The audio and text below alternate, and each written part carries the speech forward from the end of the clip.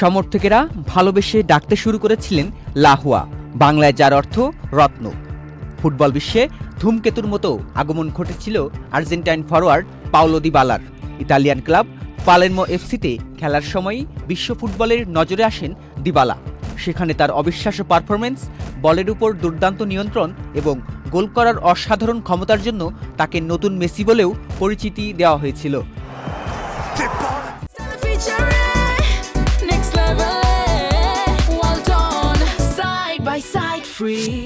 তবে ধূমকেতুর মতো আগমন ঘটলেও আলভিস সেলেস্তেদের শিবিরে থিতি হতে পারেননি তিনি। একের পর এক ইনজুরি বারবার থামিয়ে দিয়েছে তার পথচলা।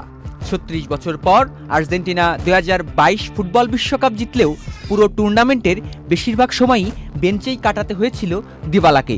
কিন্তু ফাইনালের সেই শ্বাসরুদ্ধকর ম্যাচে ১১৩ মিনিটে মাঠে নেমেই দেখিয়েছিলেন নিজের ঝলক। ম্যাচ টাইব্রেকারে গড়ালে গুরুত্বপূর্ণ গোল করে বিশ্বকাপ জয়ে রেখেছিলেন বড় ভূমিকা। তবে ২০২২ সালের পর থেকেই আবারও অনিয়মিত হয়ে পড়েন দিবালা। ২০২৪ সালের পর তো হারিয়েই যান আর্জেন্টিনার স্কোয়াড থেকে। সম্প্রতি আর্জেন্টাইন বস লিওনেল স্কালোনি বিশ্বকাপের জন্য ৫৫ সদস্যের প্রাথমিক তালিকা ঘোষণা করলেও সেখানে জায়গা হয়নি এই ফরোয়ার্ডের। হয়তো অবিশ্বাস্য কিছু ঘটলে দেখা যেতে পারে আগামী বিশ্বকাপে। সৈকত আহমেদ দীপ, চ্যানেল আই।